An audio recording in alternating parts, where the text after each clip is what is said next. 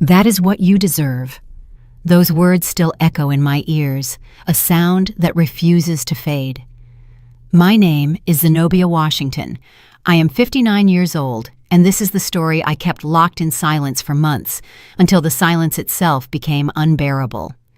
That night, at my son Orion's wedding reception, his new mother-in-law, Serafina, threw a bowl of piping hot gumbo directly into my face. I felt the searing heat pierce my skin, the spices burning my eyes, the thick broth dripping down my ivory silk blouse. But what burned me more than the soup was the smile, that calm, almost satisfied smile she wore as she looked at me with narrowed eyes, as if she had just done something she had been waiting to do for years. "That is what you deserve," she repeated with a firm voice, lifting her chin. The banquet hall fell silent. Every guest looked down at their plates. No one moved. No one said a word, except for my son Orion. My only child, the boy I raised alone after his father abandoned us, the man to whom I gave everything I had. He sat there at the head table, arms crossed, and said in a deep voice, "She's right, Mama." I felt the floor open up beneath my feet. I didn't scream, I didn't cry, I didn't ask why. I simply took the linen napkin from my lap, wiped my burning face with all the dignity I had left, and stood up from my chair without making a sound. I walked toward the double doors with my back straight, even though, inside, every part of me was trembling. But before I left that building, I did something no one expected.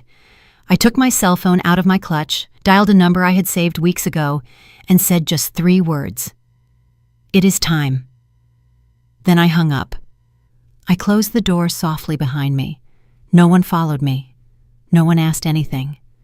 I got into my car, started the engine, and as I drove through the dark streets of Buckhead back toward my quiet apartment in the West End, a single question spun in my head. How did I get here? Because there was a time when Orion would hug me and say, "You're my hero, Mama." There was a time when I believed a son's love was forever. There was a time when I trusted.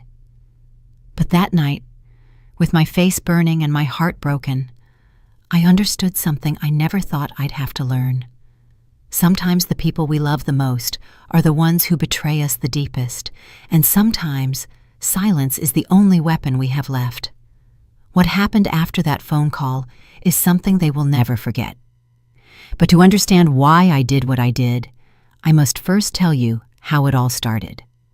How a mother who gave everything ended up humiliated in front of a room full of strangers. And how I discovered, too late, that my son was keeping a secret that would change everything. Sometimes we trust the wrong people too much. Have you ever been disappointed by someone you loved? Tell me your story in the comments. I want to read it. 3 years ago, my life was different. Not perfect, but mine. I lived in a spacious apartment in the West End of Atlanta with a balcony full of red geraniums and bougainvillea that I watered myself every morning. I had my routine: strong brewed coffee at 7, sweet potato pastries from Mr. Henderson's bakery on the corner, and then I would open my small, fine tailoring shop on the ground floor of the building. I wasn't rich, but I didn't need to be.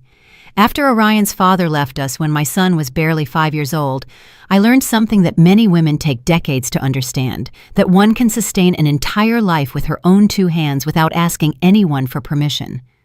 I sewed wedding gowns, prom dresses, and embroidered blouses for church ladies who wanted to look elegant without shouting about their money. My hands knew every stitch, every hem, every secret a fabric keeps when you treat it with patience. Orion grew up seeing that. He saw me get up at 5 in the morning to finish an order. He saw me sew until my fingers bled. He saw me cry from exhaustion over the Singer machine that had belonged to my grandmother, and then dry my tears and keep going. "Mama, when I grow up, I'm going to work hard so you can rest," he would tell me with his big, serious eyes while I made him breakfast before school. And I believed him, because Orion was always a good boy, responsible, affectionate. He studied without me having to ask, got good grades. On Sundays, he helped me clean the shop and asked me things about fabrics, about colors, about how I knew which dress each client needed. "Because I listen to them, baby," I would tell him. "People always tell you what they need, even if they don't use words." He would nod thoughtfully, and then go play basketball with the neighborhood kids. When he turned 18 and went to study business administration at Morehouse College, I felt that every sacrifice had been worth it. My son was going to have what I never had: a career, a degree, a future without back pain or numb fingers. I worked double, triple shifts. I sewed dresses for weddings of families who would never invite me to their tables, but who paid well. I saved every dollar, denied myself help, denied myself loans because I wanted Orion to finish college without owing anyone anything. And he did. He graduated with honors, got a job at a top real estate firm. He started earning well, wearing suits that I tailored for him myself, bringing me flowers every Sunday when he came for lunch. "Thank you, Mama," he would say, kissing my forehead. "Everything I am is because of you." And I felt complete, until he met Clementina. The first time Orion talked to me about her, I noticed something different in his voice. A new emotion, a shine in his eyes I had never seen. "She's special, Mama, very special." Clementina was the only daughter of a wealthy family from Buckhead. Her father owned a chain of hardware supply stores. Her mother, Serafina, was one of those women who had never worked a day in her life but knew how to give orders like a general. When Orion told me he wanted to introduce me to her, I put on my best dress, the navy blue one, with embroidery on the collar that I had made for a distant cousin's wedding. I fixed my hair, put on the pearl earrings that had been my mother's. I wanted to make a good impression. The meeting was at a restaurant in Buckhead that I would never have chosen. Too elegant, too expensive. But Orion insisted. "I want you to get to know each other well, Mama. Clementina is important to me." Clementina arrived in an impeccable white dress and a smile that didn't reach her eyes. She was pretty, polite, but cold. We talked about unimportant things: the weather, her career in interior design, the wedding plans she was already imagining, even though she and Orion had only been dating for 6 months. I smiled, nodded, asked all the right questions, but something in my stomach twisted when she said, "My mother is anxious to meet you, Miss Zenobia. I've told her so much about you." The way she said Miss Zenobia sounded strange, as if my name needed a title to exist in her world. Orion took my hand and squeezed it, as if telling me, "Everything is going to be fine, Mama." And I wanted to believe him, because back then I still believed that a son's love was stronger than anything else. I still believed that what we had built together, just the two of us for so many years, was unbreakable. I didn't know yet that some women view other women as enemies from the very first moment, and I didn't know yet that Serafina had already decided, long before meeting me, that I wasn't enough for her family. That afternoon, when we left the restaurant, Orion hugged me tight and said, "Clementina adored you, Mama." He told me this in the car. I smiled, but deep down, a small, cold voice whispered something I didn't want to hear. That girl is lying, and Serafina is too. 3 months later, they invited me to dinner at their house. That was when everything started to crack. Serafina's house in Buckhead was exactly as I imagined. Massive, cold, and full of things nobody needs. Crystal chandeliers, Persian rugs, oil paintings in gold frames, furniture that looked like it came straight out of a decor magazine, so perfect it was scary to dirty it just by looking. When Orion and I arrived that night, Serafina received us at the door with a smile that didn't reach her eyes. "Zenobia, how nice to see you," she said, giving me 2 air kisses without really touching my cheek. Come in, make yourself at home." But I didn't feel at home. I felt like an intruder. Clementina appeared from the staircase, radiant in a pale pink dress that probably cost more than 3 months of my rent. She greeted me with the same polite, empty smile as always. "Miss Zenobia, how nice you look." Again that Miss Zenobia, as if my name only existed with that prefix that made me feel old, foreign, from another world. Serafina's husband, Reginald, was a large man with a raspy voice who barely shook my hand before returning to his armchair in front of the television. He didn't say much all night, just grunted occasionally and drank scotch. Orion seemed happy, comfortable, as if that house were more his than our small apartment where he had grown up. That hurt me more than I wanted to admit. Dinner was served by a young housekeeper who went in and out of the kitchen without making a sound, eyes downcast. Serafina didn't even look at her when she asked for something. "More water, and bring the bread." I tried to smile at the girl when she served me. She gave me a quick, almost grateful look before disappearing again. The conversation during dinner was tense from the start. Serafina talked about her friends at the country club, the vacation they were planning to Hilton Head, the new SUV Reginald had bought. "Because one can't just drive around in anything, right, Zenobia?" she said with a light laugh. "One has to maintain a certain level." I nodded without knowing what to say. Clementina intervened, touching Orion's arm with a possessive gesture. "Mama, I already told Orion that when we get married, he has to think about a bigger car. That car he has is very modest." Orion laughed uncomfortably. "The car is fine, babe. It serves me well." "But we're going to have children, aren't we?" Clementina insisted with a sugary voice. "We need space, safety. Besides, my dad can help you with the down payment." I felt a knot in my stomach. My son had bought that car with his own money.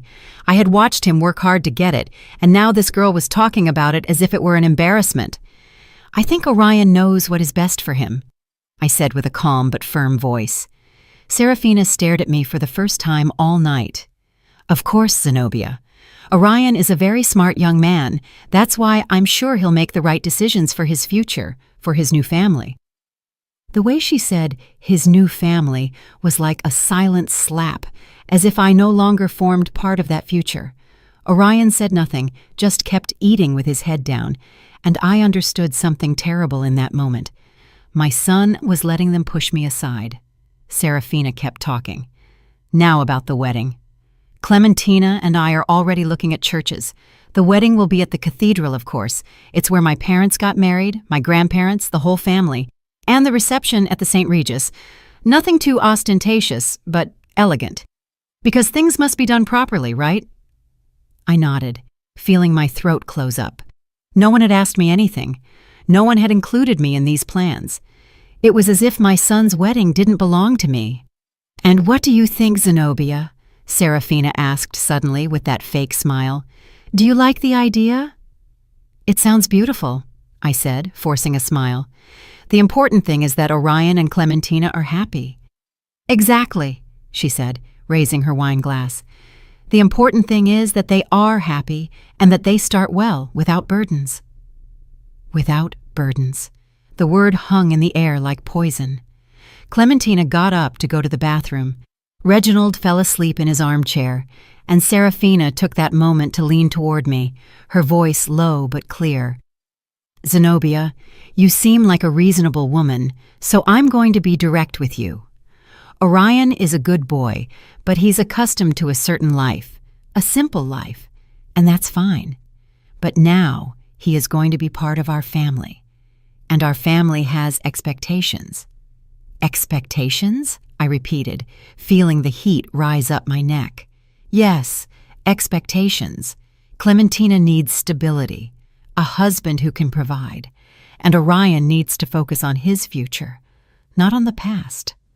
Her eyes bored into me. "The past?" I whispered. "Don't misunderstand me, Zenobia.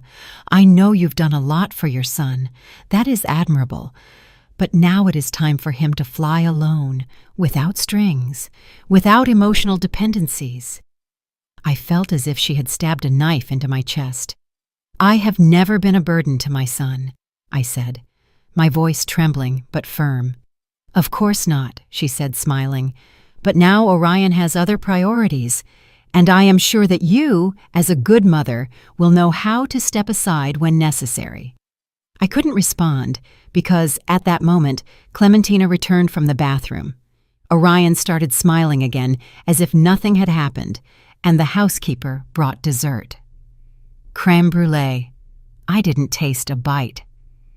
When dinner ended, Serafina gave me a small box. "A little detail, Zenobia, so you think of us." Inside was a fine china teacup, white with gold rims. Elegant, expensive, cold. "Thank you," I said, without looking her in the eyes.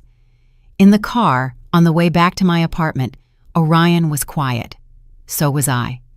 Finally, when we arrived in front of my building, he broke the silence. "Did you like Serafina, Mama?" I looked at him, searching his eyes for the boy he used to be, the boy who hugged me and called me his hero. But that boy wasn't there anymore. "She seems like a strong woman," I said, choosing my words carefully. "Yes," he replied, smiling. "She's incredible. She and Clementina are very close. It's nice to see that." "And us?" I wanted to scream. "We aren't close anymore?" But I said nothing. I just got out of the car, said goodbye with a kiss on the cheek, and walked up the stairs to my empty apartment. That night, while I brewed coffee in my old pot and looked out the window at the city lights, I held the cup Serafina had given me. It was beautiful, perfect. But when I brought it to my lips, I couldn't drink the coffee I had just poured, because that cup wasn't a gift. It was a message. "You don't belong in our world." I left it on the table, untouched, and went back to grabbing my old stoneware mug, the one I had used every morning for years. That one was mine. That one knew the taste of my life. And as I drank my coffee in silence, a question began to grow inside me like a dark weed. How far would this woman go to get me out of my son's life? I didn't know yet, but I would soon find out. While I tell all this, I wonder where you are listening from. Write the name of your city in the comments. The following months were like walking barefoot on broken glass. Every step hurt, but I kept moving forward, smiling, telling myself that everything would be okay, that it was normal, that this is how things are when a son gets married, that I had to learn to let go, but the truth is, they weren't letting me let go. They were ripping me away. Orion started visiting less. Before, he came every Sunday without fail. He'd arrive with pastries. He'd help me move furniture to clean. He'd stay to eat and tell me all about his week. But after that dinner at Serafina's house, the visits became bi-weekly, then monthly, then sporadic, always with the same excuse. "Sorry, Mama. Clementina and I had plans with her family." "Sorry, Mama. Serafina invited us to lunch at the club." "Sorry, Mama. We have to see about the wedding." Always Clementina, always Serafina, always them. I said it was fine, that I understood, that he was busy. But inside, something was dying little by little.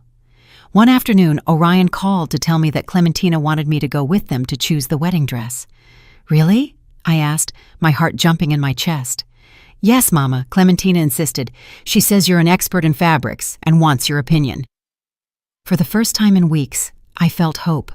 Maybe I had been wrong about Clementina. Maybe she did want to include me. Maybe it was all a matter of giving it time. On the day of the appointment, I arrived half an hour early at the boutique, an elegant shop in Buckhead, with dresses that cost what I earned in 6 months. Clementina arrived late, accompanied by Serafina and 3 friends who wouldn't stop laughing and taking photos with their phones. "Miss Zenobia," Clementina said, kissing my cheek, "I'm so glad you came. We need your expert eye." I sat on a velvet sofa while she tried on dress after dress, all beautiful, all expensive, all looking the same to my eyes. The friends applauded. Serafina gave orders to the shop assistant, and I sat there, quiet, without anyone asking me anything, until Clementina came out in a French lace dress, strapless, with an endless train. "What do you think, Miss Zenobia?" she asked, twirling in front of the mirror. All eyes turned to me. I took a deep breath and told the truth. "It is beautiful, but I think the strapless cut doesn't flatter you as much. You have delicate shoulders. A dress with lace sleeves or thin straps would highlight your figure better." The silence was immediate. The friends stopped smiling. Serafina looked at me with cold eyes, and Clementina let out a nervous laugh. "Ah, well, it's just that this type of dress is what's in fashion. Miss Zenobia, I don't know if you are very up-to-date with trends." Her friends laughed, quietly but loud enough for me to hear. Serafina stood up and put a hand on Clementina's shoulder. "My baby, you look spectacular in everything. Don't worry, this dress is perfect. We're taking it." Clementina smiled, relieved. "Yes, Mama, You're right, Mama. Clementina had called Serafina Mama, and she still called me Miss Zenobia. I stayed seated on that invisible velvet sofa while they kept talking about veils, headpieces, and designer shoes. No one asked me anything again. When we left the boutique, Orion was waiting for us outside. Clementina ran to him and showed him photos of the dress. "Isn't it true I'm going to look precious, love?" "You're going to be the most beautiful bride in the world," he said, kissing her.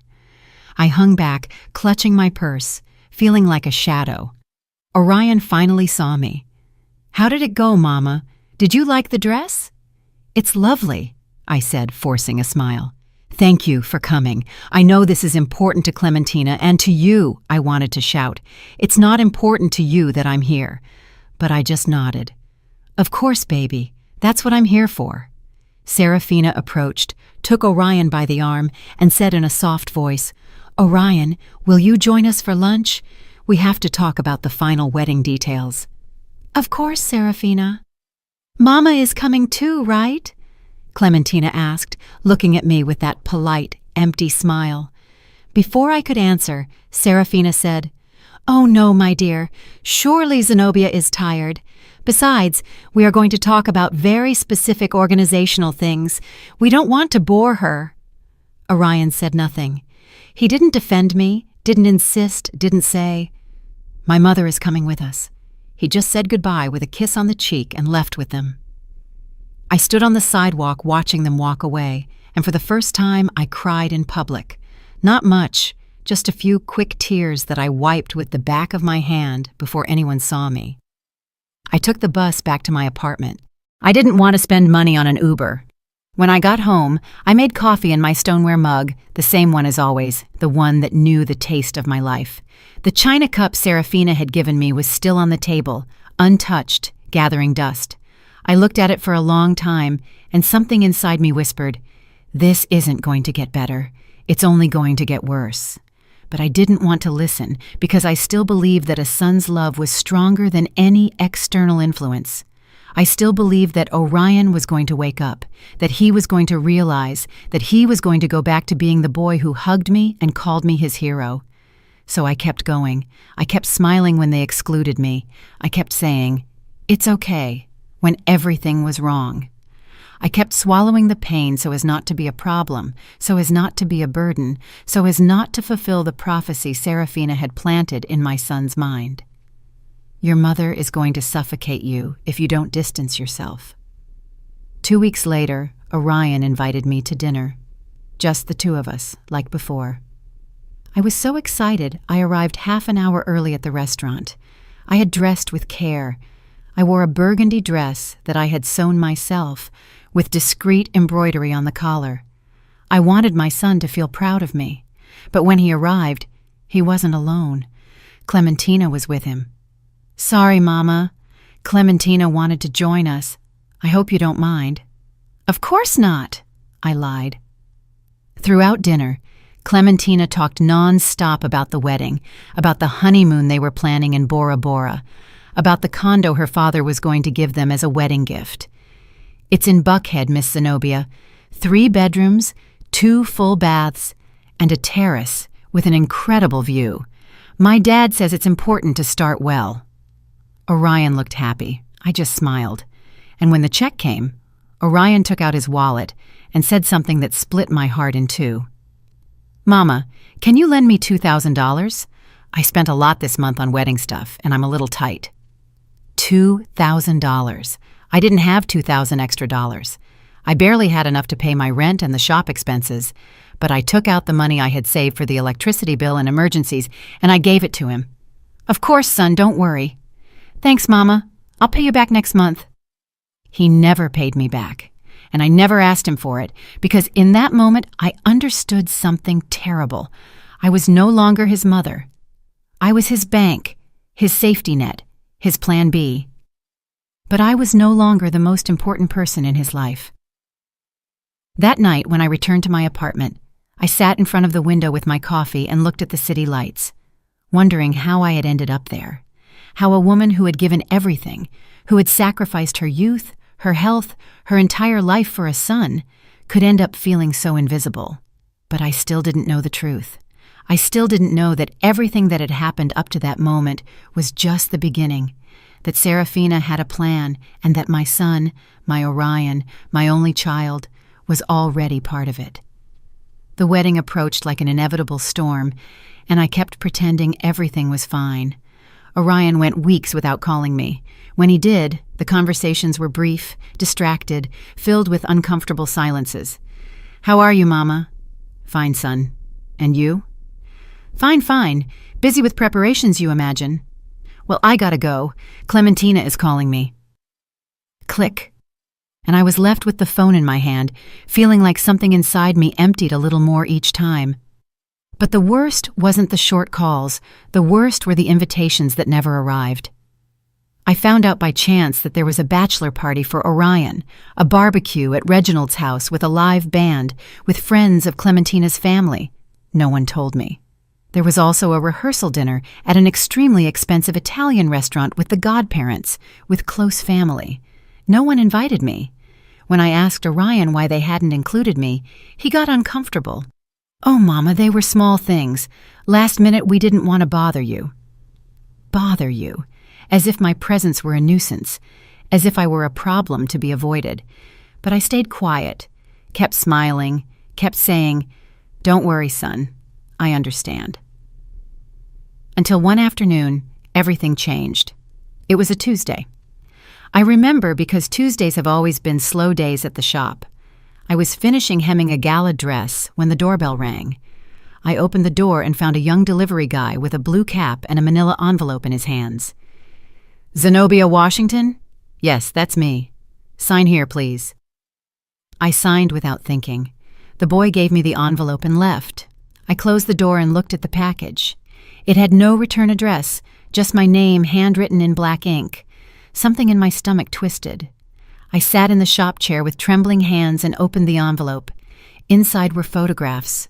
Many photographs. At first, I didn't understand what I was seeing.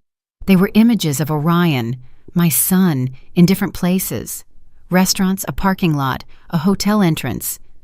But he wasn't alone. He was with a woman, and that woman wasn't Clementina. It was Serafina. I felt the floor move beneath my feet. The first photo showed Orion and Serafina leaving a restaurant. He had his hand on the small of her back. She was laughing with her head thrown back. The second photo was in a parking lot. Orion was opening the car door for her. Their faces were very close, too close. The third photo knocked the air out of my lungs. It was at the entrance of a hotel, the St. Regis. Orion and Serafina entering together. He had a hand around her waist. She was looking at him with a smile I had never seen on her. An intimate smile, a smile of a woman who knows a man's body. I dropped the photographs to the floor. My hands were shaking so much I couldn't hold them. My heart was beating so hard I felt it was going to burst. No, this cannot be real. I picked up the photos with clumsy fingers. I looked at them again and again, looking for some logical explanation. Maybe it was a business lunch. Maybe Serafina needed help with something. Maybe... But there were more photos. Orion kissing Serafina's cheek, too close to her lips. Serafina adjusting Orion's tie with her hands on his chest. Both of them entering an apartment, an address I didn't know. And the last photo, the one that made me let out a moan I didn't know I had inside. Orion and Serafina on a balcony at night. He was hugging her from behind.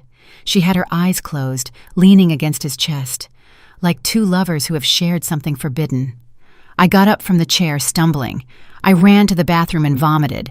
I threw up everything I had inside until only dry heaves remained and a bitter taste in my mouth. I stayed there kneeling in front of the toilet, crying uncontrollably. My son, my only son. The boy I raised alone. The boy to whom I gave everything. The boy who called me his hero.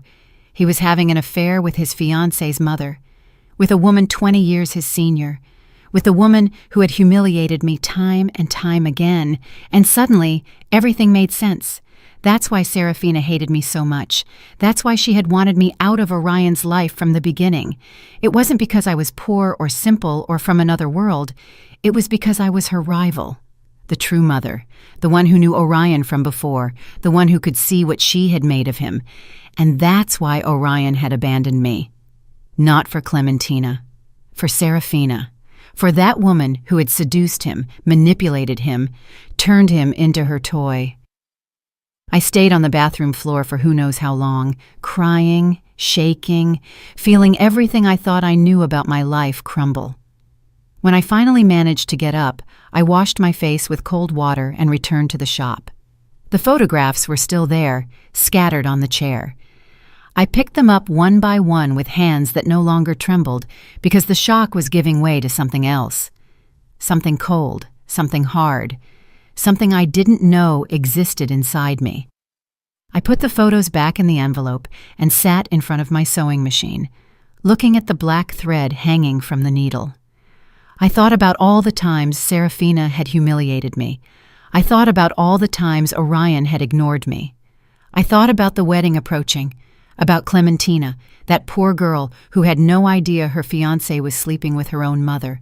And I thought about me, about the woman who had worked until she bled to give her son a better life, the woman who had swallowed insults and scorn without saying a word, the woman who had believed a son's love was forever.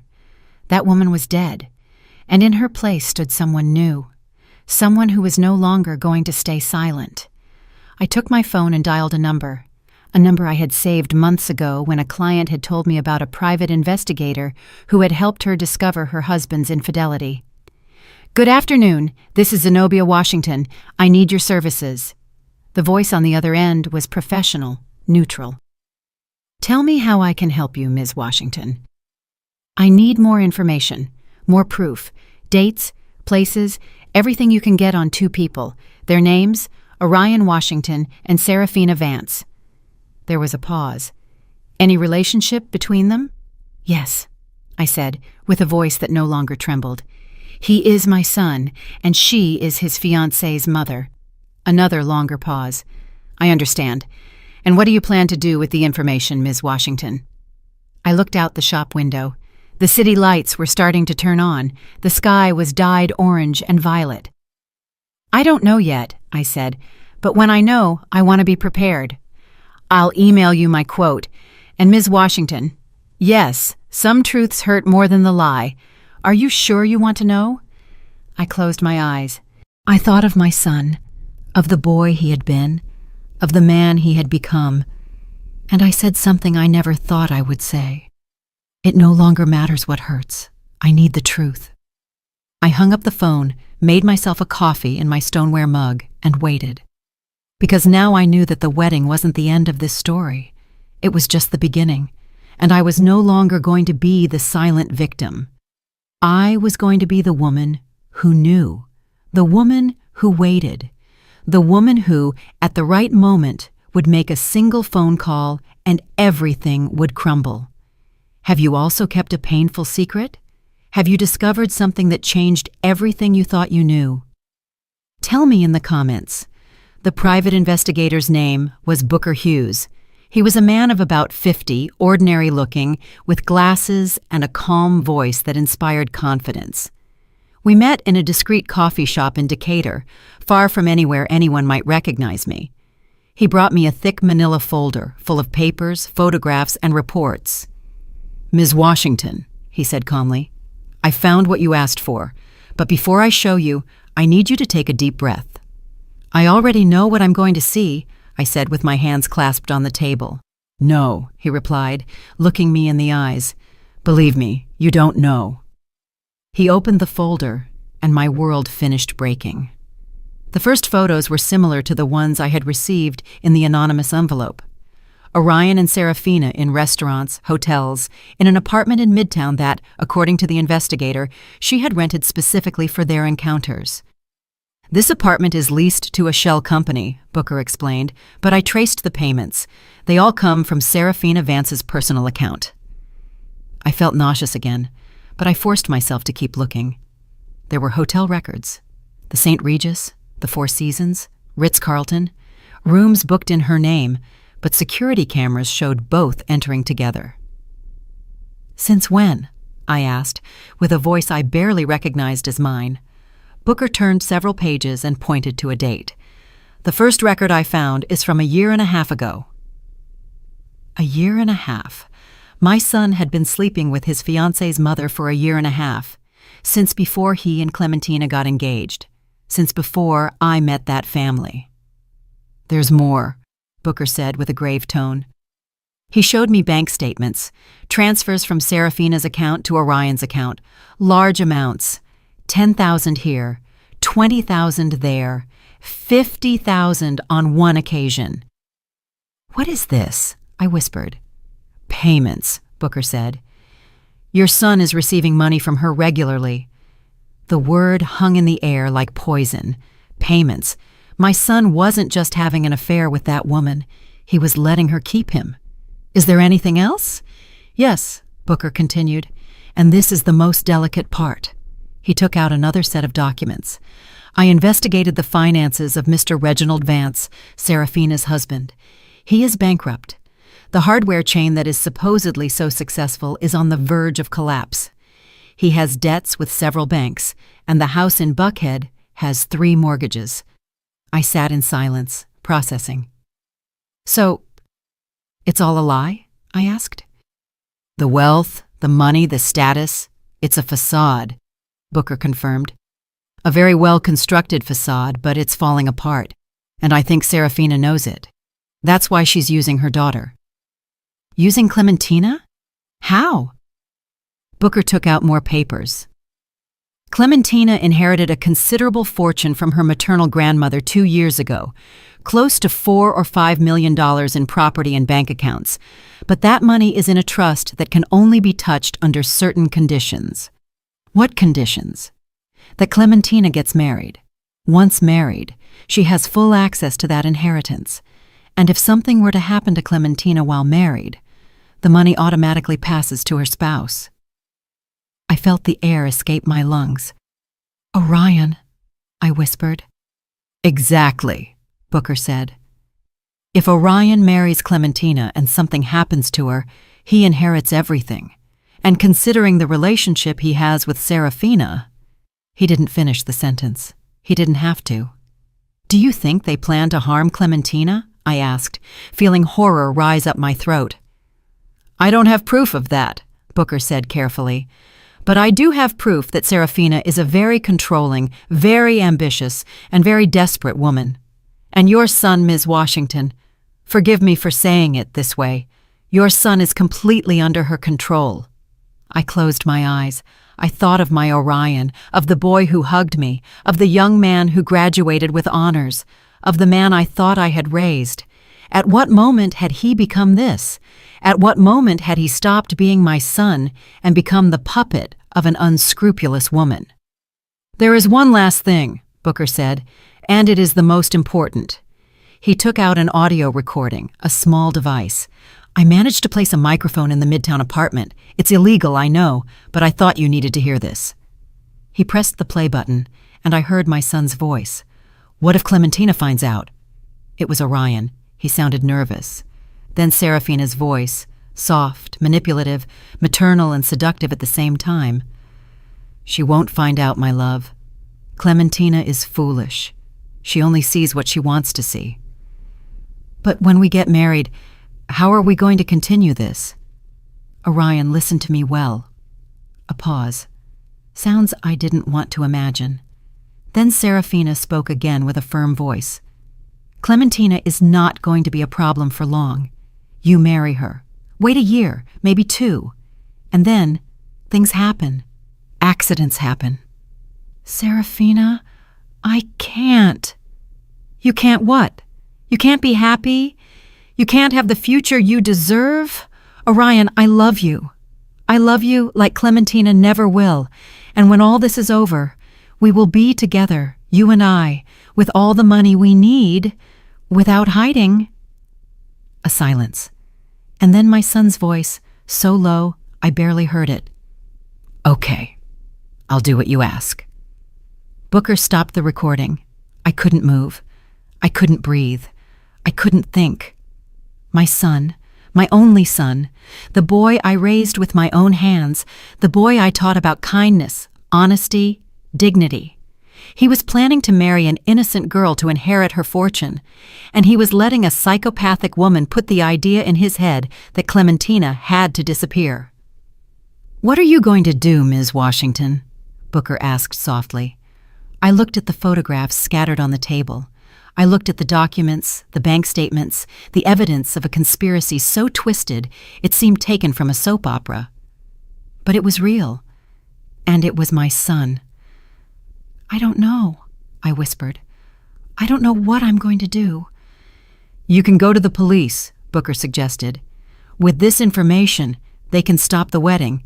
They can investigate Serafina and Orion." "What would happen to my son?" I asked, tears falling down my cheeks. Booker didn't answer because we both knew the answer. Orion would go to jail for fraud, for conspiracy, maybe for attempted murder. If they managed to prove his intentions, my son would spend years in prison, and I would be the one who put him there. "Think about it," Booker said, "and when you decide what to do, call me. I'll be available." He gave me his card, paid for the coffee, and left. I stayed sitting in that coffee shop for hours with the folder in my hands, feeling everything that had been my life turning into ash.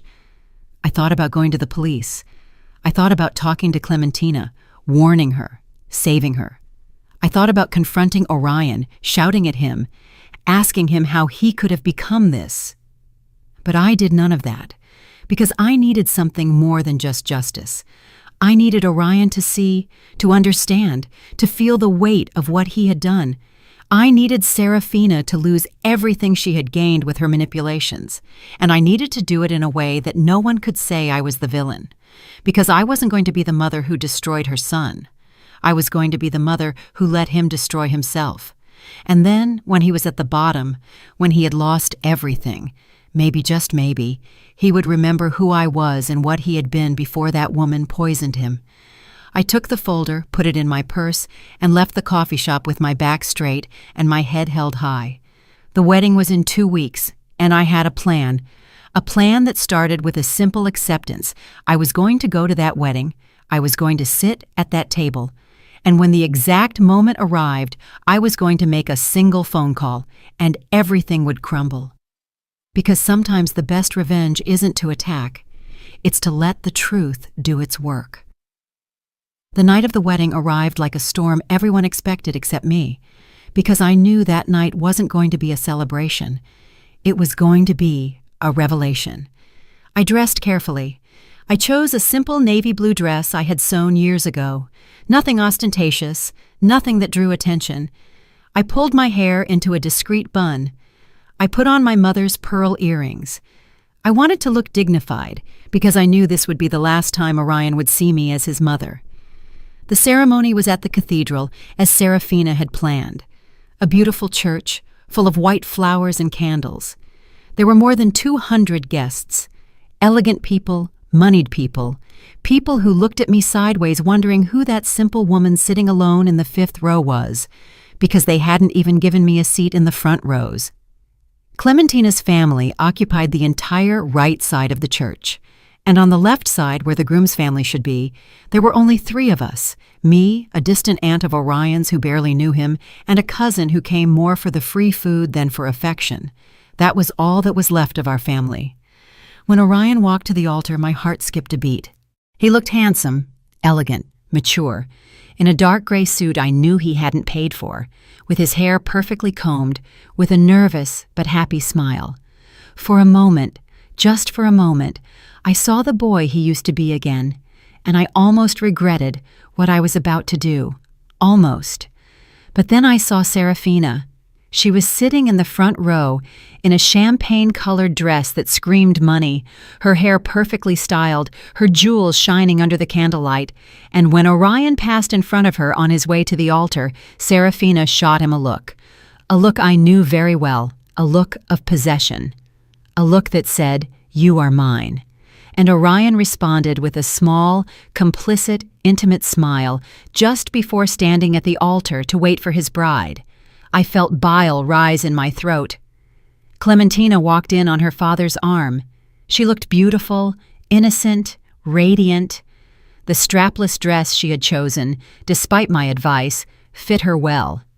I had to admit it. Her face shone with happiness. She knew nothing. That poor girl had no idea she was walking toward her own trap. The ceremony was long.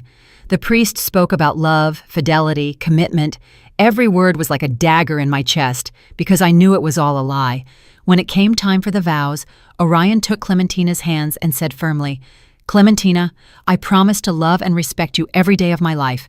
I promise to be your partner, your support, your refuge. I promise to build a future with you based on truth and trust." I had to bite my lip not to scream, "Liar, liar, liar." Clementina cried with emotion, the guests sighed, and Serafina smiled with satisfaction. When the priest said, "I now pronounce you husband and wife," everyone applauded except me. I just watched them, Orion kissing Clementina, Serafina wiping a fake tear, Reginald dozing in his seat, and I knew the moment had come. The reception was at the St. Regis, a huge ballroom decorated with thousands of white roses, tables with linen tablecloths, crystal centerpieces, a 5-course banquet, a live orchestra. Everything was perfect, too perfect. They seated me at a table in the back, far from the head table, far from Orion, with people I didn't know and who didn't speak to me all night. I was invisible again, but I wasn't there to socialize. I was there to wait for the exact moment. During dinner, I observed. I saw how Serafina controlled everything from her spot at the head table, how she gave discreet orders to the waiters, how she looked at Orion every time Clementina wasn't looking. And I saw how Orion returned those looks. It was disgusting. It was brazen. It was sick. When dinner ended, the dancing began, the newlyweds' waltz, the dance with the parents. Orion danced first with Clementina. Then it was his turn to dance with the groom's mother, with me. I got up from my table, walked toward the dance floor. Everyone was watching me. Orion extended his hand with a forced smile. "Mama." "Son," I replied, taking his hand. We danced in silence for the first few seconds. The music was soft, romantic. Everyone watched us. "You look beautiful, Mama," he said without looking me in the eyes. "Thank you," I replied. "You look good too." Another silence. "Are you happy?" I asked him. "Yes," he replied quickly. "Very happy." "Really, Orion? Are you truly happy?" For the first time all night, he looked me in the eyes, and I saw something there, something small, something that might have been guilt, or maybe just discomfort. "Yes, Mama, Clementina is wonderful. We're going to be very happy together." "And Serafina?" I asked, lowering my voice. "Is she wonderful too?" His body tensed. He stopped dancing for a second, then continued, squeezing my hand tighter. "I don't know what you're talking about." "I think you do know, son." "Mama, this isn't the moment." "When is it going to be the moment, Orion? When? After something happens to Clementina? After you inherit her money?" He stopped completely. Let go of me. Looked at me with hard eyes. "What did you say?" "I know everything, Orion. Everything." The music kept playing, but we weren't dancing anymore. People started looking at us, whispering. "You don't know anything," he said in a low, threatening voice. "You're inventing things." "I have photographs. I have hotel records. I have bank statements. I have recordings." His face went pale. "Mama, what did that woman do to you, Orion? What did she do to turn you into this?" "You don't understand," he exploded, raising his voice. "You're never going to understand." The music stopped. Everyone was staring. Clementina came running over, her wedding dress dragging on the floor. "What's happening, Orion? Miss Zenobia?" Serafina appeared out of nowhere. She stepped between Orion and me. "Zenobia, I think it's better if you leave. Are you making a scene?" "A scene?" I repeated, feeling the rage rise up my chest. "I'm making a scene?" "Yes," she said firmly. "This is my daughter's wedding, and I'm not going to allow you to ruin it with your dramas." "My dramas?" I laughed without humor. "You want to talk about dramas, Serafina?" Clementina looked at us without understanding. Orion was paralyzed. The guests murmured louder and louder, and then Serafina did something I will never forget. She turned to the nearest table, grabbed a bowl of seafood gumbo that was still hot, walked toward me with firm steps, and threw it in my face. I felt the boiling liquid burning my skin, the spices, the broth dripping down my dress, the pain, the humiliation. Everyone screamed. Clementina shrieked. Someone ran for napkins, but I didn't move. I just stood there with the soup dripping down my face, looking Serafina straight in the eye. She smiled, that calm smile, that satisfied smile, and said clearly so everyone could hear, "That is what you deserve." The room fell into complete silence. And then Orion, my son, my only son, the boy I had raised alone, crossed his arms and said, "She's right, Mama." Those words cut me deeper than any knife. Clementina was crying, the guests were whispering, Reginald was still asleep in his chair, and I just took a napkin from the nearest table and wiped my burning face with all the dignity I had left. Then I walked toward the exit of the ballroom with my back straight, without running, without crying, without giving them the satisfaction of seeing me destroyed. But before leaving, I took my phone out of my purse, dialed the number I had saved, and said just 3 words. "It is time." I hung up, left the hall, got into my car, and as I drove through the dark streets toward my apartment, with my face burning and my heart broken into 1,000 pieces, I smiled, because the call I had just made wasn't to the police. It was to someone else, someone who was going to change everything, and they would never forget it. I still ask myself if I did the right thing. What would you have done in my place? I arrived at my apartment with my dress ruined and my soul even more ruined. But I didn't cry. I had no tears left. I took off the soup-soaked dress and threw it in the trash. I never wanted to see it again.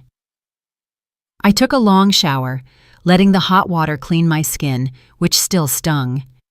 When I got out, I put on my old cotton pajamas, the ones with holes in the elbows, the ones I had worn for years, the ones that were mine and no one else's. I made coffee in my stoneware mug, the same one as always, and sat in front of the window to wait, because I knew the call I had made was going to have consequences, consequences that would start that very night. The person I had called wasn't the police. It wasn't a lawyer. It wasn't anyone who could put my son in jail. It was someone much more powerful than all that.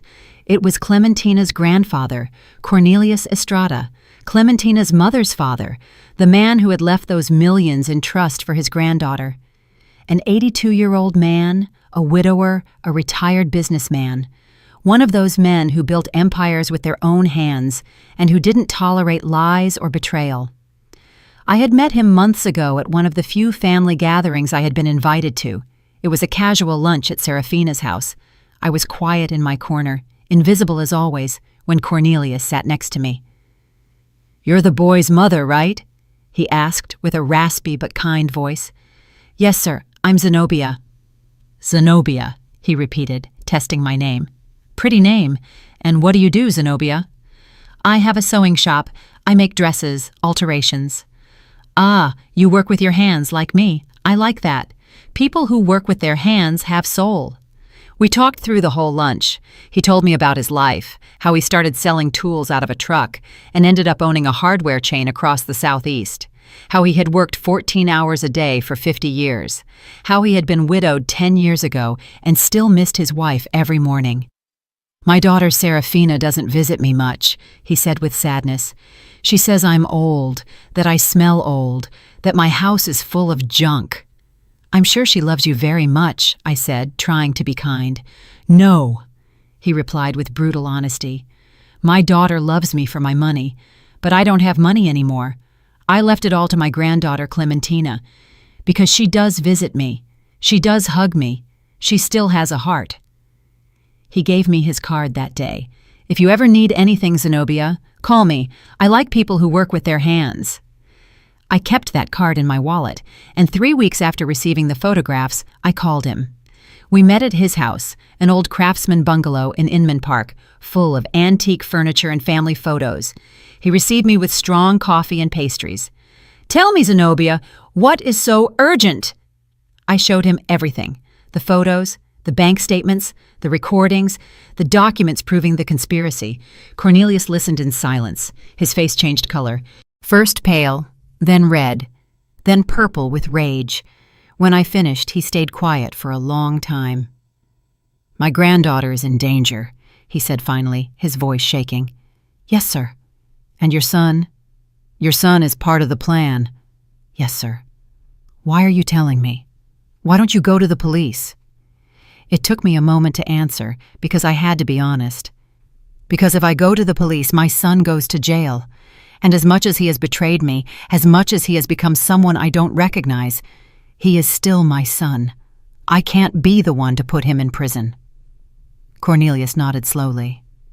"But I can be," he said. "I just want Clementina to be safe," I replied. "And I want my son to understand what he has done, to see the consequences, to feel the weight of his decisions. And Serafina, I want her to pay for what she has done, for manipulating my son, for putting him on this path, for planning to harm an innocent girl." Cornelius took my hand in his, old hands, full of spots and wrinkles, but still strong. "Zenobia, you are a wise and brave woman. I am going to help you, but I need you to promise me something. Anything. Zenobia, when everything explodes, and believe me, it is going to explode, you are going to suffer. Your son is going to hate you. People are going to talk. You are going to be alone." "I am already alone," I said calmly. "No," he replied. "You still have hope. But when this ends, that hope is going to die. Are you prepared for that?" I thought of Orion, of the boy he had been, of the man he had become. And I said, "Yes, I am prepared." Cornelius nodded. "Then this is what we are going to do. You are going to go to that wedding. You are going to behave normally, and when the moment comes, when they show their true face, you call me, and I will do what I have to do." "What are you going to do?" "First, I am going to get Clementina out of that house that same night. I have lawyers. I have doctors. I am going to prove my daughter is incapable of caring for her own daughter. I am going to get a protection order. And the money, the trust, will be frozen immediately. Neither Clementina nor anyone else will touch that money until a judge decides what to do. And believe me, with the proof we have, the judge will decide in my favor." "And Orion?" Cornelius looked at me with sadness. "Your son won't go to jail because technically he hasn't committed a crime yet. He is just a fool who let himself be manipulated by an unscrupulous woman.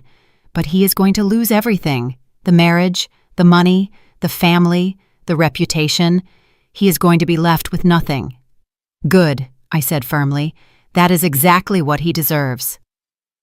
And that was how we arrived at this moment. Me sitting in my apartment, drinking coffee, waiting.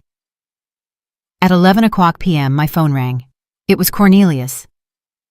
"It is done, Zenobia." "What happened?" "I arrived at the St. Regis with my lawyers and 2 police cars. I told Clementina I needed to speak with her urgently. When she saw the photographs, when she heard the recordings, she fainted. We had to take her to the hospital." "My God, is she okay?" "Physically, she is fine, but emotionally, that girl is destroyed." "I'm so sorry." "It's not your fault, Zenobia. It is my daughter's fault, and that boy's fault." "What happened with Orion and Serafina?" Orion tried to explain, tried to say it was all a lie, but when he saw the proof, he fell silent. He stood there in his groom's suit, surrounded by guests who were whispering and pointing at him without saying anything. And Serafina, that woman. Cornelius's voice filled with contempt. That woman tried to deny everything, said the photos were edited, the recordings were fake, that it was a conspiracy against her. Did they believe her? Of course not. The scandal was monumental. Guests went running. The hotel staff didn't know what to do. And Reginald, that useless man, slept through the whole drama. And now? Now Clementina is under my custody. We are going to annul the marriage. It was the same night, so legally, it's as if it never existed. The trust is frozen, and I filed a complaint against Serafina for fraud, extortion, and conspiracy to commit murder. Is she going to jail? God willing, yes. The lawyers say we have a solid case. Thank you, Cornelius. Thank you for protecting Clementina. No, Zenobia. Thank you for warning me in time. You saved my granddaughter's life. There was a silence. And your son? Cornelius asked. Do you want to know about him? I closed my eyes, breathed deep. Tell me. He left the hotel at 2 a.m, alone, without anyone. The guests looked at him with scorn. No one defended him. No one helped him. He left in his car, and I don't know where he went. I understand. Zenobia, your son lost everything tonight. How do you feel? How did I feel? Empty, sad, relieved, guilty, avenged, all at the same time. I feel at peace, I said finally, because I did the right thing. Yes, Cornelius replied. You did the right thing. Not many mothers have that strength. We hung up. I sat in front of the window with my empty stoneware mug in my hands. Outside, the city was still alive. Lights, noise, people living their lives. And I was here alone. But with a clear conscience, because it hadn't been revenge. What I sought was justice. Justice for Clementina, who didn't deserve to be used. Justice for me, who didn't deserve to be humiliated. And justice for Orion, who needed to understand that actions have consequences. I hadn't put him in jail, but I had left him with nothing. Without money, without family, without reputation. And maybe, just maybe, when he hit rock bottom, when he lost everything, when he was completely alone, he would remember who I was and what he had been before Serafina's poison corrupted him. That night I slept deeply, for the first time in months, without nightmares, without anguish, without that knot in my stomach that had accompanied me since I received those first photographs, because I had done what I had to do, not with rage, not with a thirst for vengeance, but with the cold clarity of one who understands that sometimes the greatest love you can give someone is to let them face the consequences of their own decisions, even if that means watching them fall, even if that means losing them forever. The days after the wedding were strange, silent, as if the world had stopped. I heard nothing from Orion for a week. He didn't call, he didn't write, he didn't come looking for me. And I didn't look for him either, because I knew he needed time to understand what had happened, to process the magnitude of what he had lost. And I needed time to heal. Cornelius called me every 2 days to tell me how things were going. Clementina was in intensive therapy, not psychiatric, but emotional. She had fallen into a deep depression after discovering the man she had married was having an affair with her own mother. It's too big a betrayal, Cornelius told me, too twisted. My granddaughter doesn't understand how it could happen, and neither do I. How is she? Fragile, very fragile, but she is 18. She is young. She will heal. With time, she will heal. The scandal spread like gunpowder through the whole city. Social media exploded. Someone had recorded part of the confrontation at the St. Regis and uploaded it to the internet. The video went viral in hours. Orion leaving the hotel alone, his suit rumpled, his face undone, Serafina screaming at Cornelius's lawyers, Clementina being taken out on a stretcher. People commented, speculated, invented theories. Some said Orion was a victim, that Serafina had seduced and manipulated him. Others said he was an opportunist, a fortune hunter, a man without morals. The truth, as always, was somewhere in the middle. Orion wasn't completely innocent, but he wasn't completely guilty either. He was a weak man who had made terrible decisions because he didn't have the courage to say no. By the second week, Cornelius gave me more news. The DA accepted the complaint against Serafina. They are going to investigate her formally for fraud and conspiracy.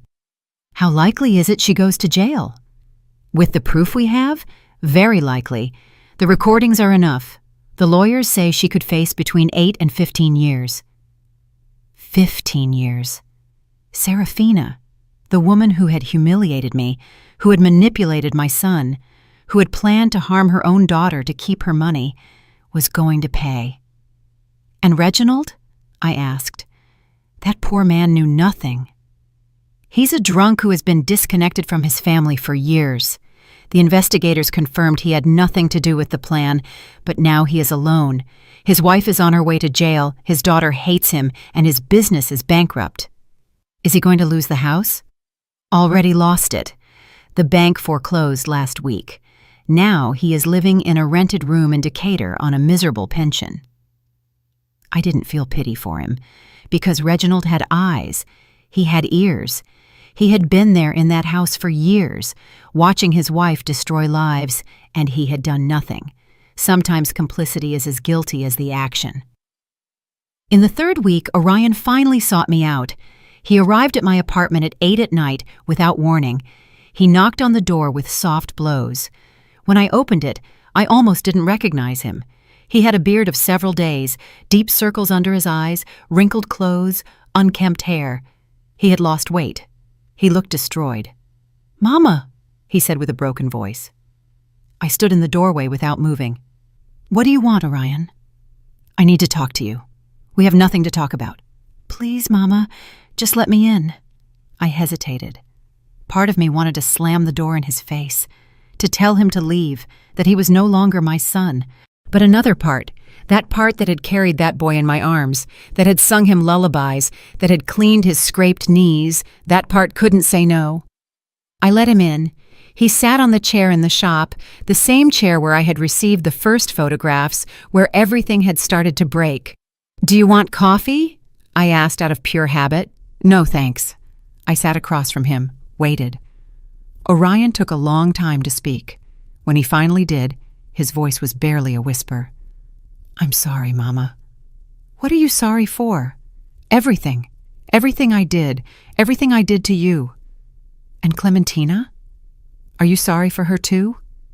He nodded, tears falling down his cheeks. "Yes, especially for her. I didn't want to hurt her. I never wanted to." "But you did," I interrupted with a cold voice. "You planned to marry her to steal her inheritance. I heard the recording, Orion. I know what you said. It wasn't me talking. It was Serafina." "Are you going to blame Serafina for your decisions?" "She manipulated me, Mama. She made me believe that I was worth nothing without her, that you had raised me to be mediocre, that I deserved more." Every word was like a dagger. "And you believed her?" "Yes," he whispered. "I believed her." "Why, Orion? Why did you believe her and not me?" "Because she gave me what you never could." "Money, right?" "Well, yes, but not only that. She gave me attention. She made me feel important. She made me feel like I was special." "I made you feel special too." "No, Mama, you made me feel guilty." I stared at him. "Every time I came to visit you, I saw your small apartment, your old clothes, your tired hands, and I felt guilty for having more than you. Serafina never made me feel guilty. Serafina told me I deserved everything I had." I stayed silent, processing his words, and I understood something terrible. My son hadn't left me out of malice. He had left me because he couldn't stand remembering where he came from, because I was the mirror of his poverty, of his humble origins, of everything he wanted to forget. And Serafina had offered him an exit, a way to become someone new, someone important, someone who didn't have a seamstress mother reminding him of his roots. "You know what is the saddest thing about all this, Orion?" I said finally. "That I never made you feel guilty. You just felt guilty because you knew deep down that you had abandoned me. I know. I'm a bear. I know, Mama. And I am so sorry. Where have you been these weeks? Cheap hotels, spending the little I had left. I lost my job. No one wants to hire me. My name is all over social media. I'm a laughingstock. And the house Reginald was going to give you? Never existed. It was all a lie. The hardware stores are bankrupt. The house in Buckhead is foreclosed.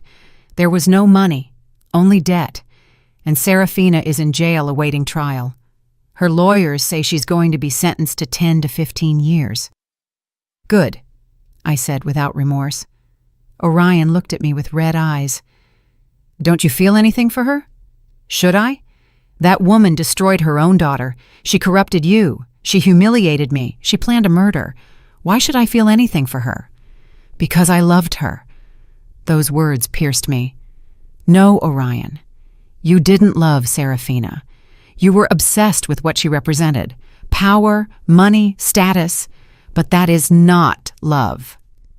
Maybe you're right. We sat in silence for a long time. Finally, Orion asked what he had come to ask. Can I stay here, Mama? Just for a few days? Until I find a job? Until I can— No, I said firmly. Mama, please. I have nowhere to go. I have no money. I have no— You should have thought about that before. Mama, I'm your son. Yes, I interrupted. You are my son. And that is why I tell you no. Because if I let you stay here, if I rescue you now, you are never going to learn.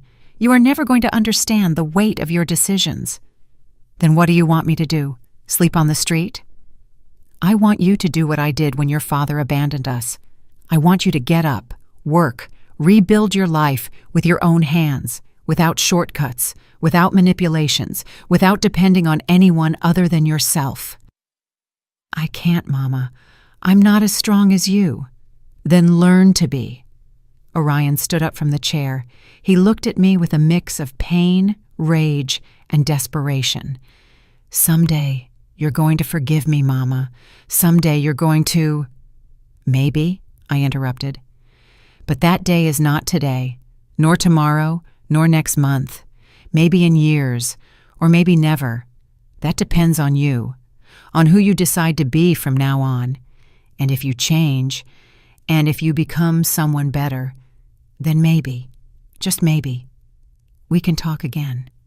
But not as mother and son, but as two people who once knew each other and need to learn to know each other again. Orion nodded, crying. He walked to the door, opened it, and before leaving, turned one last time. I love you, Mama. I know, I replied, but love without respect means nothing. He left. I closed the door and stood there, listening to his footsteps fade down the hallway. I didn't cry because there was nothing to cry about. I had done the right thing, the hardest thing, the most painful thing, but the right thing.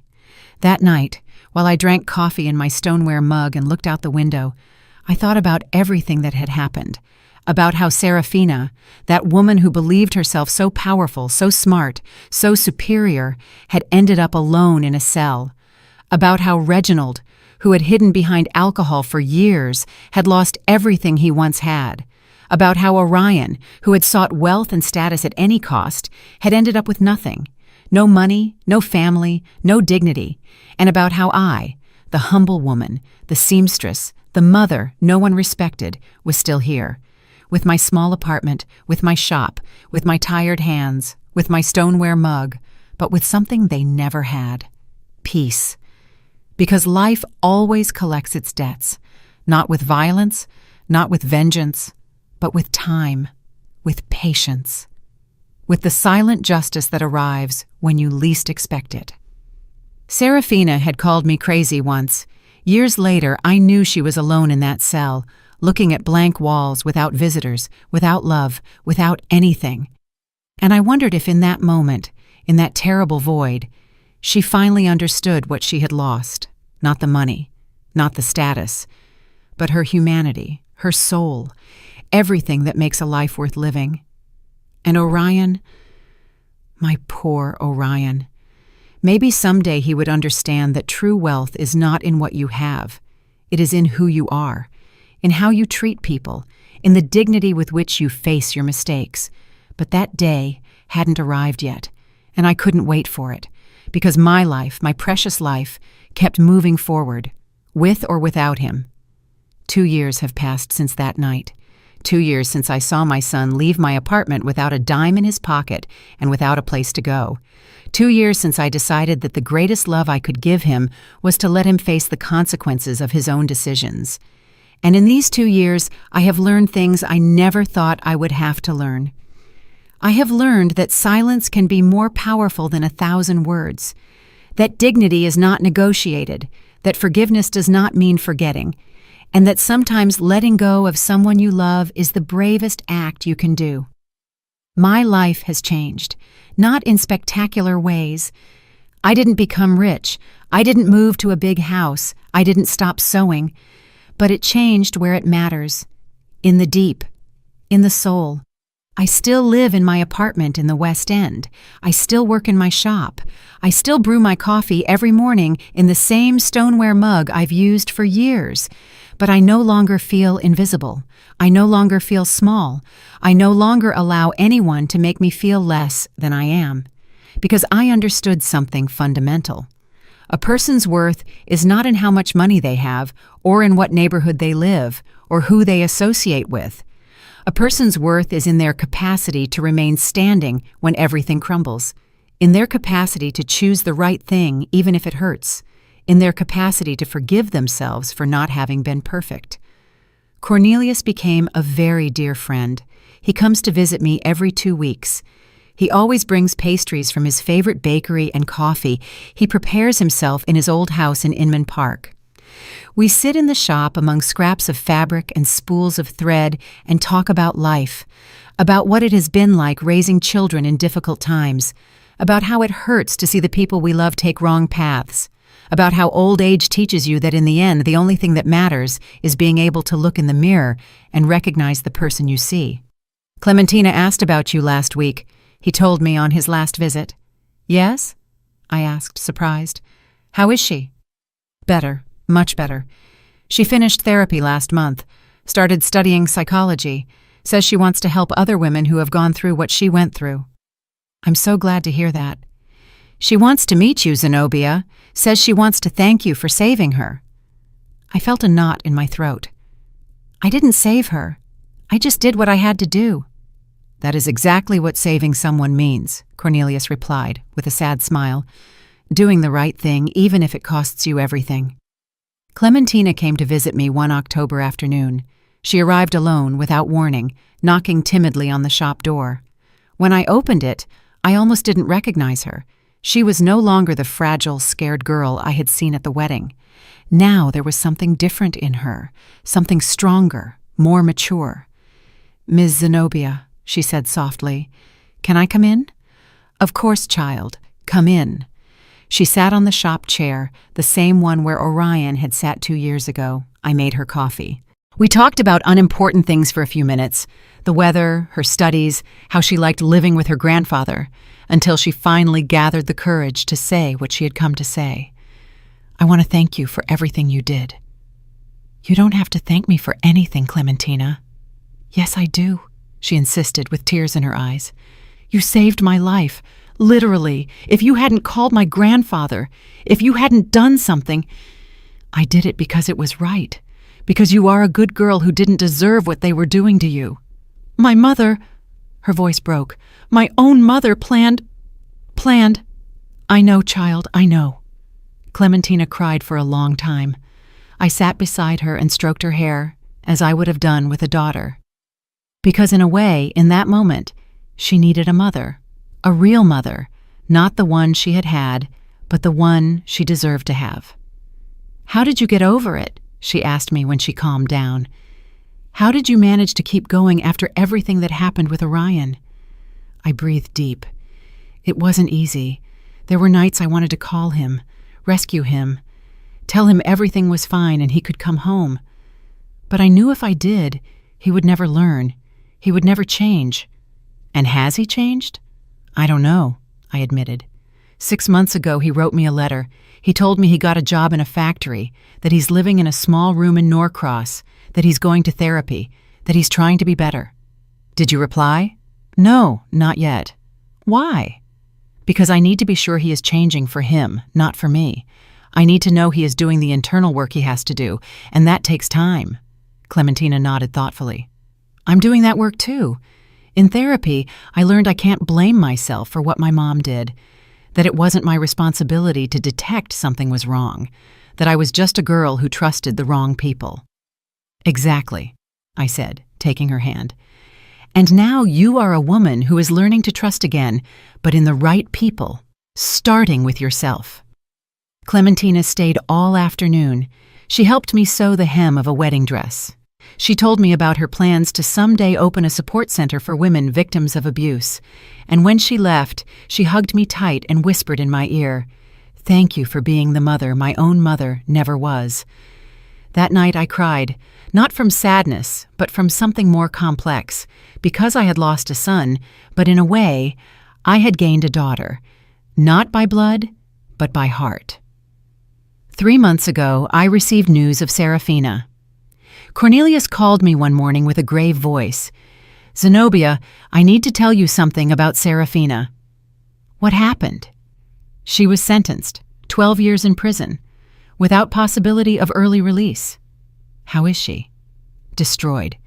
Physically, she has deteriorated a lot. No one visits her, not even Reginald. She's completely alone. And how do you feel about that? Relieved, but also sad, because that woman is my daughter. And despite everything she did, a part of me remembers the girl she once was before ambition corrupted her. I understood what Cornelius felt, because I also remembered the boy Orion had been before the world changed him, before bad decisions defined him.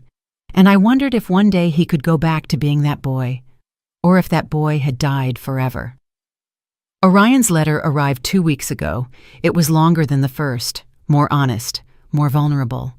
He told me he had started attending a support group for people who had made serious mistakes, that he was learning to live with the guilt without letting it destroy him, that he was saving every dollar to someday be able to pay me back all the money he had borrowed and never paid.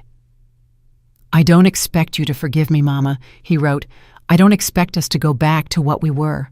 I only hope that someday, when you see me on the street, you don't cross to the other side to avoid me.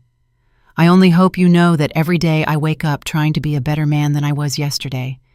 And every day I think of you, of how I treated you, of how I failed you, of how I let a woman convince me that you were the problem when you were the only person who really loved me. Sometimes I pass in front of your building. I don't knock. I don't come up. I just stand there on the sidewalk looking at your window, wondering what you might be doing, if you're sewing, if you're drinking coffee, if you ever think of me. And then I leave because I know I have no right to bother you. I have no right to ask you for anything else. But I want you to know something, Mama. Something I never told you enough when I should have. Thank you. Thank you for raising me alone. Thank you for sacrificing so much. Thank you for giving me opportunities you never had. And thank you for having the courage to let me fall when I needed it most. Because now I understand that you didn't let me fall out of hate. You let me fall out of love. And that was the greatest gift you could give me. I love you, Mama. I have always loved you, even if my actions said otherwise. Your son, Orion. I read that letter 5 times. I cried through every reading, and then I put it in the drawer where I keep important things, next to the first photo of Orion when he was a baby, next to his graduation diploma, next to a note he wrote me when he was 8 years old that said, "Mama, you are my hero." I haven't replied to him yet, but I think I will soon, because I have learned that forgiveness is not forgetting what happened. Forgiveness is remembering what happened, feeling the pain, and still choosing to move forward without carrying that weight in your heart. It doesn't mean I'm going to forget. It doesn't mean things are going to go back to how they were before. But it means I am ready to build something new, something different, a relationship based not on what we were, but on what we can be. Last night I had a dream. I dreamed I was sitting in my shop sewing when they knocked on the door. I opened it, and it was Orion. But not the Orion of now, nor the Orion who betrayed me. It was the boy, my boy, with his big eyes and his innocent smile. "Mama," he told me, "I lost my way, but I think I found it again." And I hugged him and cried and said, "Welcome home, my son." When I woke up, I had tears on my cheeks, and I knew that dream was a sign. Not that everything was resolved, but that I was ready to start healing, to start forgiving, not just Orion, but myself, for not having been the perfect mother, for not having protected him from everything, for not having seen the signs sooner. Because the truth is that none of us is perfect. We all make mistakes. We all hurt people we love. We all get lost at some point. But what defines us is not the mistakes we make, it is what we do after. If we learn, if we grow, if we get up, or if we stay there on the ground blaming others for our fall. This morning, while I prepared my coffee in my stoneware mug, I looked out the window and saw the streets of Atlanta filling with people. People in a hurry, people with problems, people with dreams, people with pain. And I understood that we are all part of the same story. A story of mistakes and redemptions, of falls and risings, of losses and findings. And my story, this story I have told you, is just one more among millions. But it is mine, and I am proud of it. Because I survived, because I didn't break, because I maintained my dignity when everything around me crumbled, and because I learned that true strength is not in never falling, it is in getting up every time you fall. Now I am 61 years old, 2 years older than when this story began, and I feel I have lived an entire lifetime in these 2 years. I keep sewing wedding dresses for girls who dream of eternal love, and every time I sew, I think of Clementina, in her strapless dress, in how that day she thought she was starting the best stage of her life, and I pray that someday, when she is ready, she finds a real love, a love that sees her, that respects her, that values her, not for her money, not for her last name, but for who she is. And I pray for Orion, because despite everything, he is still my son. And a mother never stops praying for her children, even if they have hurt her, even if they have betrayed her, even if they have made her cry until she ran out of tears. A mother's love has no limits, but now I know it shouldn't have conditions that allow abuse either. Love must be firm, honest, brave. Love must tell the truth even if it hurts. It must set limits even if it costs. It must let go even if it wants to hold on. Because only then, with that difficult and brave love, can we help the people we love to become the best they can be. If my story helps a single woman open her eyes, if it helps a single mother understand that loving doesn't mean permitting, if it helps a single person choose dignity over comfort, then it will all have been worth it. Every tear, every pain, every sleepless night, every difficult decision, everything. Because this story isn't just mine.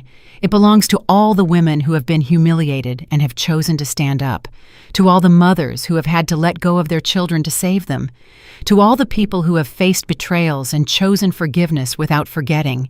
This story is for you who are listening to me, for you who maybe are going through something similar, for you who don't know if you're going to be able to survive the pain you feel today. I want you to know something. Yes, you can. You are going to be able to, because you are stronger than you think, because you have more courage than you imagine, and because pain, however terrible it may be, doesn't last forever. Time cures everything. It doesn't erase it, but it cures it.